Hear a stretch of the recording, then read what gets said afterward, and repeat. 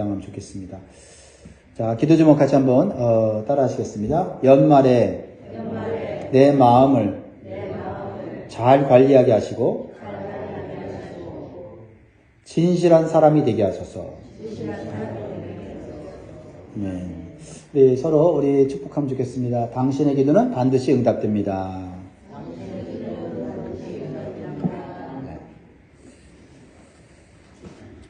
우리가 사는 세상은 거짓과 진실이 구별하기 어려운 세상이 되고 있습니다. 진실이 거짓이 되고 거짓이 진실이 되는 그러한 현상들이 많아지고 있죠. 그래서 너무나도 혼란스럽습니다. 그래서 자칫하면 진실과 거짓을 구별한다고 서로 논쟁하다 보면요, 서로에게 상처만 줄 뿐입니다. 잘 구분할 수가 없어요. 또 구분한다 할지라도 그것이 나에게 큰 의미가 없습니다. 네가 옳다, 내가 틀렸다 하다가 좋았던 인간관계가 깨어지기만 합니다. 그리고 시간이 지나고 보면 별로 중요한 것도 아닌데 소중한 것을 잃고 후회하는 경우가 종종 있다라는 것입니다. 그래서 가장 지혜로운 방법은 세상이 어떻게 돌아가든지 내가 하나님 앞에서 진실한 사람이 되는 것입니다. 내가 진실한 사람이 되면 거짓과 진실이 저절로 구별이 되고 중요한 것과 중요하지 않은 것을 분별하게 되는 것이죠. 사실 진실과 거짓을 막 구별하라는 이유는 내가 들은 것, 내가 아는 것이 옳다라고 하는 것을 통해서 내가 인정받으려고 하는 거거든요. 근데 그거 별거 아닙니다. 시간 지나고 나면 그거 거짓일 수도 있고 진실일 수도 있지만 그것이 내 삶을 바꾸는 게 아니에요. 중요한 건 내가 진실한 사람이 되는 거예요. 진실한 사람이 되면 세상이 어떻게 돌아가든지 흔들리지 않는다 이 말이에요. 그리고 또 인간관계는 어떻게 해요? 더욱 좋아지고 믿음과 덕이 있는 삶을 살게 된다 이 말이에요. 그것이 잠언을 통해서 주시는 지혜의 말씀이에요. 자꾸 세상이나 환경을 탓하면서 그걸 바꾸려고 하지 말고 내 자신이 진실하고 믿음이 있고 덕이 있는 사람이 되면 좋은 사람 붙는 거고 환경도 바뀌는 거고 안 바뀌어도 하나님이 그 사람 인정해서 보호하시고 인도하신다. 진실한 사람이 되는 것. being. 나음이 아니라 어떤 외적인 행함을 통해서 인정받으려는 게 아니라 내가 being, 어떤 존재가 되어지는 것. 하나님 앞에 인정받고 진실한 사람이 되는 것.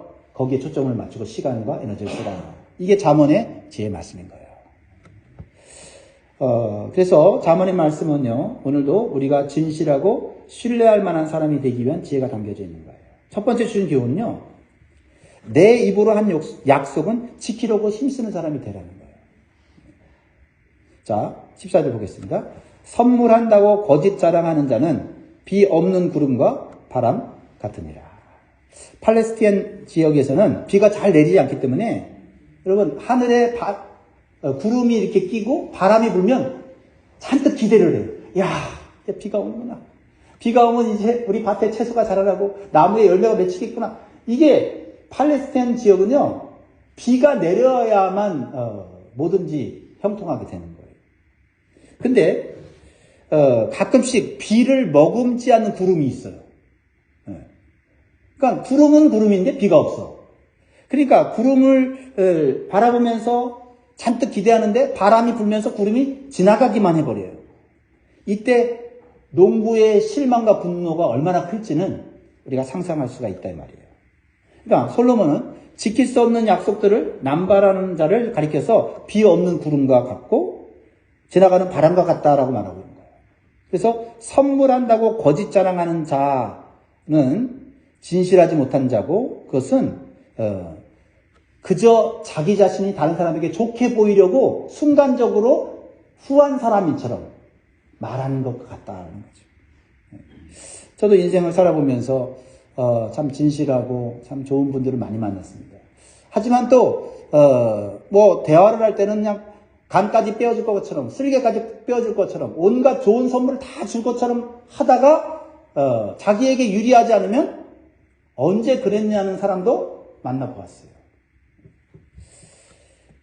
우리 자신은 그러한 사람이 되어서는 안 된다. 특히 하나님을 믿는 성도는 약속을 했으면 약속을 지키려고 애쓰는 자가 돼야 되고, 혹시 약속을 지키지 못했다면 진실하게 왜 못 지켰는지 용서를 구하고 자기 자신의 잘못을 인정할 수 있어야 된다는 거죠. 자기의 유익을 위해서 순간적으로 선물을 줄 것처럼, 좋은 것을 줄 것처럼 말하다가 이익이 안 되면 언제 그러냐는 듯이 책임을 회피하는 그런 사람들은 결국 신뢰를 잃어버리게 되고 비 없는 구름과 같이 왔다가 사라지는 바람과 같은 인생이 되어질 수밖에 없다라는 겁니다.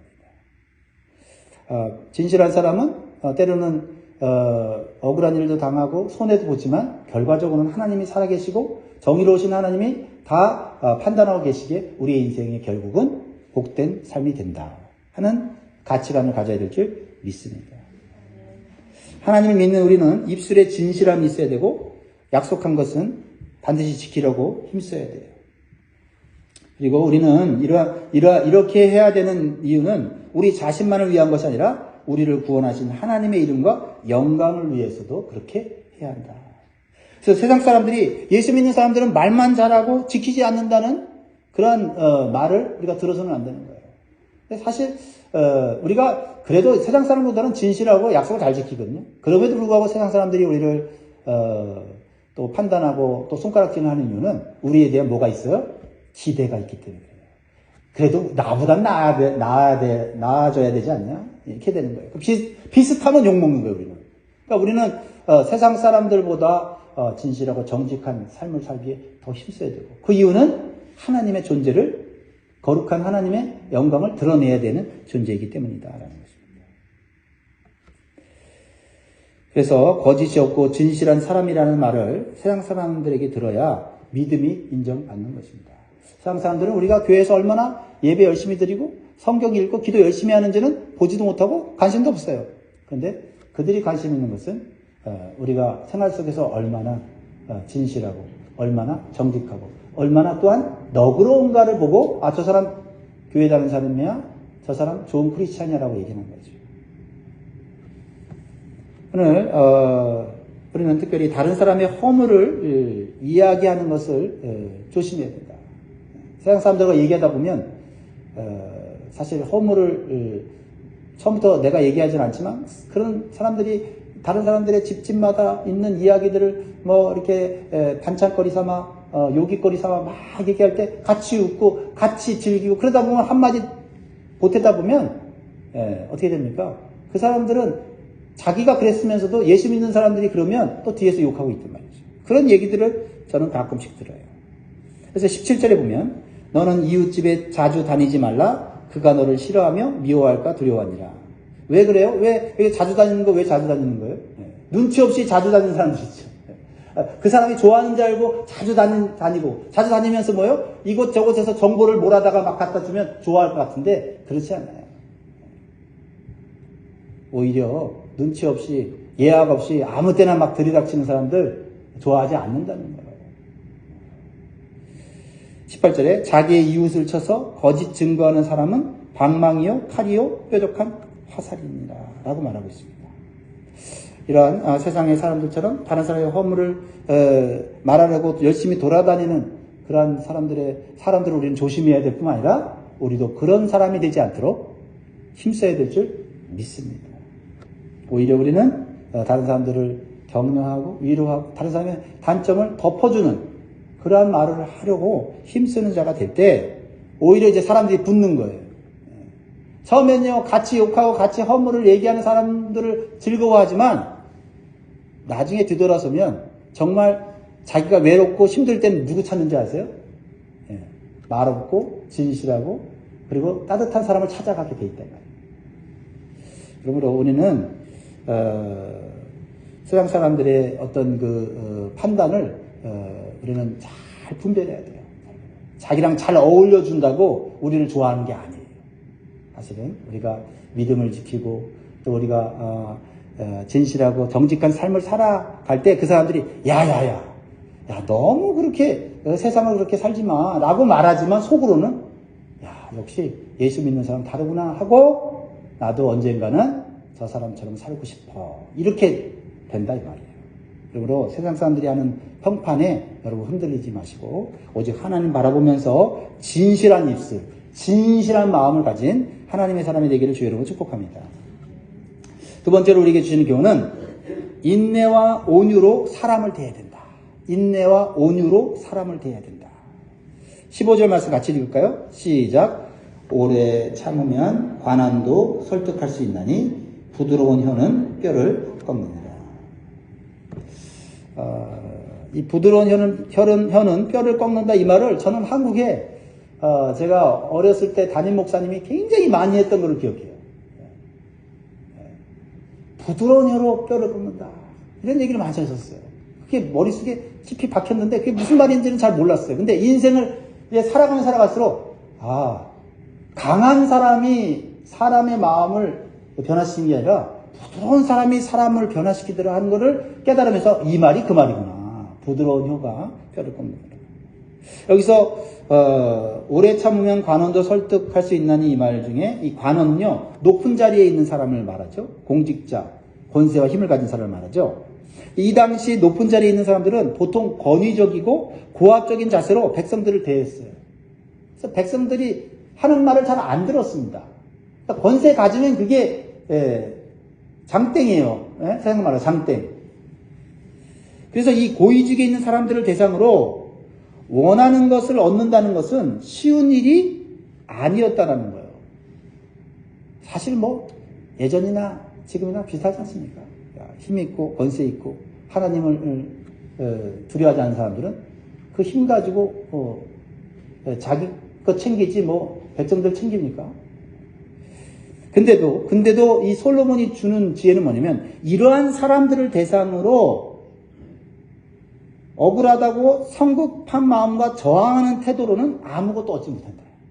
그런 사람들일수록 더 강하고 저항하듯이 대하면 그 사람 꿈쩍도 안 한다 이 말이에요. 오히려 가진 힘을 가지고 오히려 압박한다 이 말이에요. 오히려 오래 참는 인내로 설득하는 것이 좋은 결과를 얻는다. 그래서 강한 혀보다는 부드러운 혀가 단단한 뼈를 꺾는 지혜가 있다는 것을 말하고 있는 거예요. 정말 그렇습니다. 당장 억울하고 당장 답답해서 내가 그냥 가게 하면 상대방이 들을 것 같지만 듣는 척하면서 안 듣는단 말이에요. 또 오히려 인내하면서 참으면서 온유한 마음으로 그 사람을 대하면 당장은 듣지 않지만 그 사람의 마음에도 울림이 생긴다. 울림이. 사실 내가 원하는 것을 얻지 못할 때 우리는 마음이 조급해져요. 그리고 말은 점점 거세지고 강해지죠. 급하고 강한 말로는 좋은 결과를 얻을 수 없다 하는 것을 오늘 마음에 새기면 좋겠어요.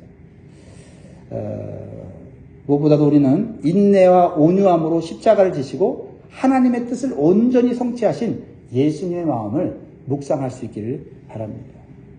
아마도 예수님이 인내가 없으셨다면요, 예수님을 그렇게 모함하고 군사들이 와갖고 무장되지도 않은 예수님을 함부로 막 결박해서 데려갈 때 예수님이 인내심이 없었다면 어떻게 하겠어요? 베드로가 말한 것 같이. 하늘에 12영이나 되는 천군천사를 보내서 저 사람들 그냥 한꺼번에 쓸어버리시죠. 이게 어떻게 보면 힘 있는 사람들이 힘이 있으면 또 힘을 사용하게 돼 있거든요. 그래서 베드로가 되지도 않은 칼을 들어갖고 그냥 말고의 길을 잘랐다가 예수님이 칼을 든 자는 칼로 망한다. 그리고는 힘이 있는데도 천사들을 막 부릴 수 있는데도 예수님이 어떻게 해요? 인내하시잖아요. 그죠? 그리고는 하나님의 뜻을 성취하기 위해서 붙잡혀 가시잖아요. 그러니까 진짜 온유함은 힘이 없는 게 아니에요. 진짜 온유함은 힘이 있는데 힘을 사용하지 않고 힘을 필요할 때 쓰는 거, 그게 온유한 거예요. 그런 사람이 무서운 거예요. 힘 없는 사람이 힘 안 쓰는 건 당연한 건데 힘이 있어요. 근데 힘을 안 써. 그런 사람이 하나님의 일을 제대로 할 수 있는 거고 사람이 두려워하는 사람이 되는 거예요. 우리는 우리의 마음을 점검해야 됩니다. 좀 더 인내하고 좀 더 온유한 사람이 되는 것이 되는 것에 초점을 맞출 수 있기를 바랍니다. 특히 이 연말에 마음이 좀 조급해질 수도 있고 또 마음의 감정에 또 이렇게 격동될 수 있는데 그럴 때 우리 주님의 마음을 좀 묵상하시면서 내가 하나님 뜻을 이루려면 이러면 안 되지. 이렇게 우리 자신을 좀 이렇게 돌볼 수 있으면 좋겠고, 그래서 하나님이 기뻐하시고 또 하나님이 복을 주실 수 있는 그런 삶으로 나아갈 수 있기를 바랍니다. 세 번째로는요, 좋은 것도 절제할 수 있는 힘을 길러야 된다. 한번 따라합니다. 좋은 것도 절제하자. 네. 자, 16절. 아주 재미있는, 교훈을 주시는데요. 같이 읽을까요? 시작. 너는 꿀을 보거든 조카리만큼 먹으라. 과식함으로 토할까 두려우니라. 네. 꿀 좋은 음식이죠? 네. 꿀은 자연이 준 아주 좋은 영양가 있는 음식이에요. 그래서 신이 내린 완전 식품이다. 막 이렇게 말을 해요. 하지만 좋다고 꿀을 지나치게 먹으면 어떻게 될까요? 영양이 과다가 돼서 몸에 좋지 못하다는 거예요. 그래서 뭐 의사들도 얘기하잖아요. 과식은 만병의 근원이다. 이렇게 말을 하기도 해요. 하지만 이 교훈은 음식만을 말하는 건 아니죠. 나에게 좋은 것이라도 지나치게 욕심을 부릴 때 탈이 날 수가 있다. 탈이 날 수 있다. 지나친 욕심을 절제하라는 말씀이죠. 27절에도 또 비슷한 말씀을 합니다. 꿀을 많이 먹는 것이 좋지 못하고 자기의 영예를 구하는 것이 헛되니라. 꿀을 많이 먹는 것과 자기 영예를 구하는 것을 비교하고 있죠. 여러분 한국 속담에 누울 자리를 보고 다리를 뻗으라 라는 속담 아세요? 네.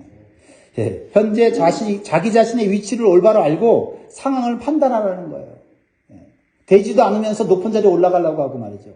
네. 욕심을 부리면 오히려 부끄러움을 당한다는 겁니다.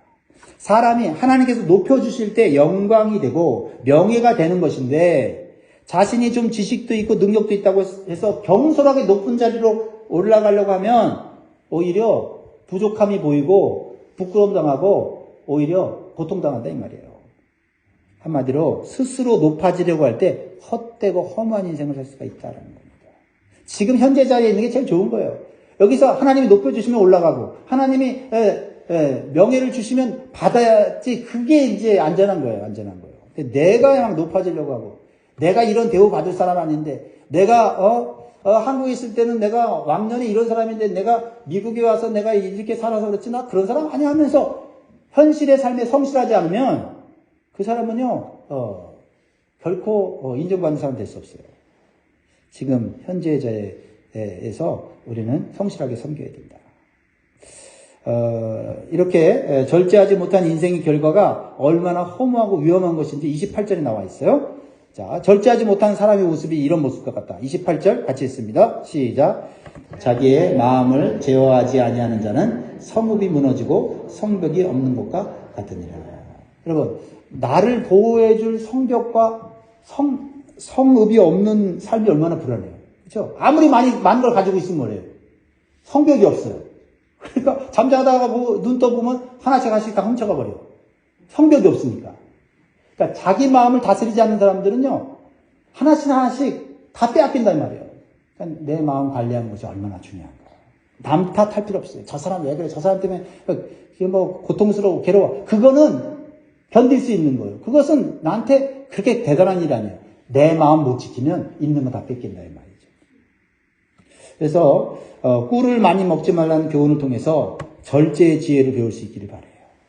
구원받은 성도가 맺어야 할 성령의 열매 중에 뭐가 있어요? 절제가 있잖아요. 그러니까 이게 성령의 열매예요, 절제가. 이 절제는 하나님을 의식하면서 겸손한 마음을 가질 때 잘 다스릴 수 있어요. 사실 어떻게 보면 이 절제는 겸손과 연결되어 있더라고요.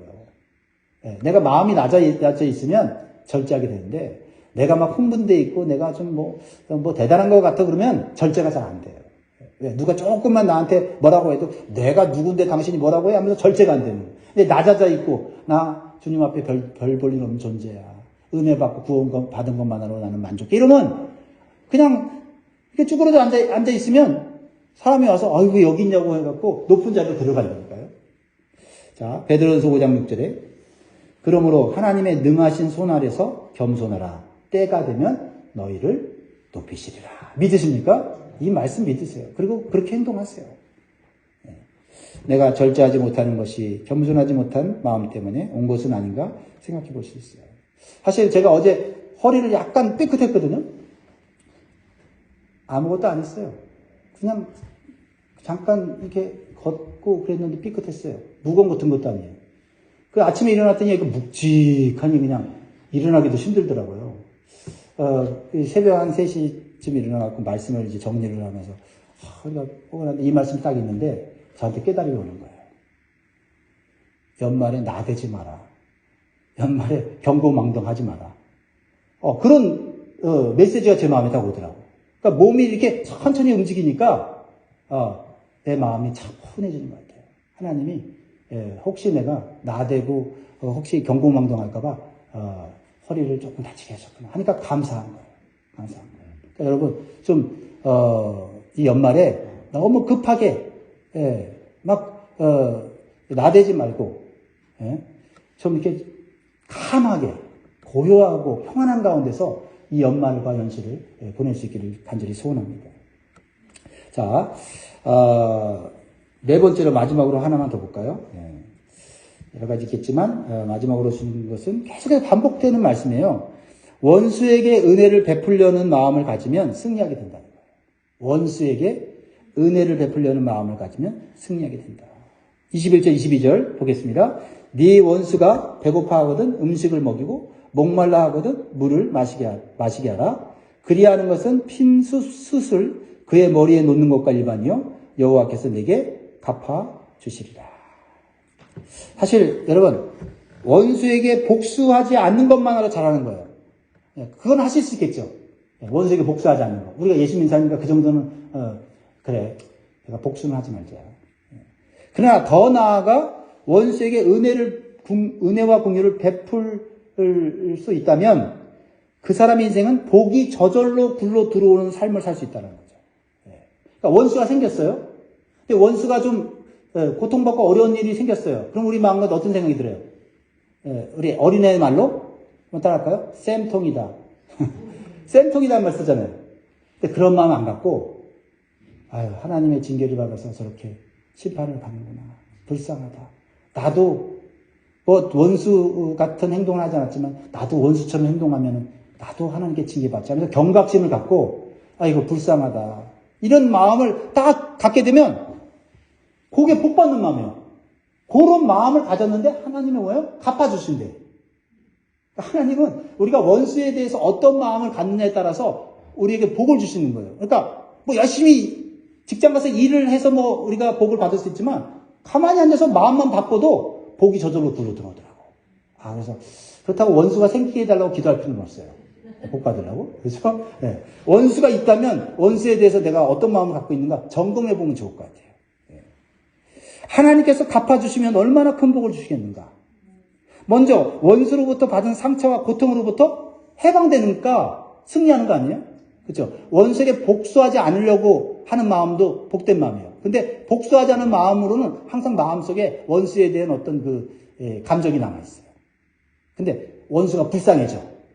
아이고 참 나한테 저래놓고 저렇게 못 살아? 불쌍하구나. 이렇게 하니까 이 마음이 원수로부터 해방되고 상처도 사라지고 그리고 뭐예요? 하나님한테 인정받았고 포인트 받아갖고 포인트도 한 3배, 4배 정도 받아. 그래갖고 이게 이 보너스나 이 베네핏이 엄청나게 막 들어오는 거. 그거 생각해 보세요. 얼마나 감사한가. 하나님께서 영적으로 육적으로 복을 내려주시는 거. 그거 나에게 힘들게 하고 나를 고통스럽게 하는 원수에 대한 올바른 자세다. 할렐루야. 네. 원수에게 은혜를 베푸는 것은 결코 쉽지 않지만 가능하다고 할 수 있어요. 그리고 이것처럼 하나님 기뻐하는 것은 없다. 사실 이 원수에 대한 교훈은요, 사실 우리에게 먼저 적용해야 돼요. 원수 같은 우리를 위해서 죽으신 예수님의 마음을 닮아가는 훈련이기 때문에 그래요. 우리가 원수였잖아요. 남 얘기할 필요 없어요. 로마서 5장 10절에 곧 우리가 원수 되었을 때에 그의 아들의 죽으심으로 말미암아 하나님과 화목하게 되었은즉 화목하게 된 자로서는 더욱 그의 살아나심으로 말미암아 구원을 받을 것이니라. 우리 주님 원수 같은 우리를 복수하지 않고 심판하지 않고 구원하셨다. 이미 그런 은혜 받았으니 그 은혜의 힘으로 우리도 한번 그렇게 살아보자. 말씀을 믿겠습니다. 사랑하는 성도 여러분, 성탄절을 한 주 앞두고 우리를 위해 이 땅에 오신 예수님의 마음을 우리는 묵상해야 돼요. 그냥 들떠서 그냥 외적인 행사와 즐거움에 빠질 거 아닙니다. 그리고 예수님 마음을 본받고 실천하는 자가 되고 오늘 말씀처럼 우리의 마음, 입과 마음이 진실하고 절제하고 사랑하고 오히려 은혜를 베푸는 그런 삶을 사시기를 주의 이름으로 축복합니다. 기도하겠습니다.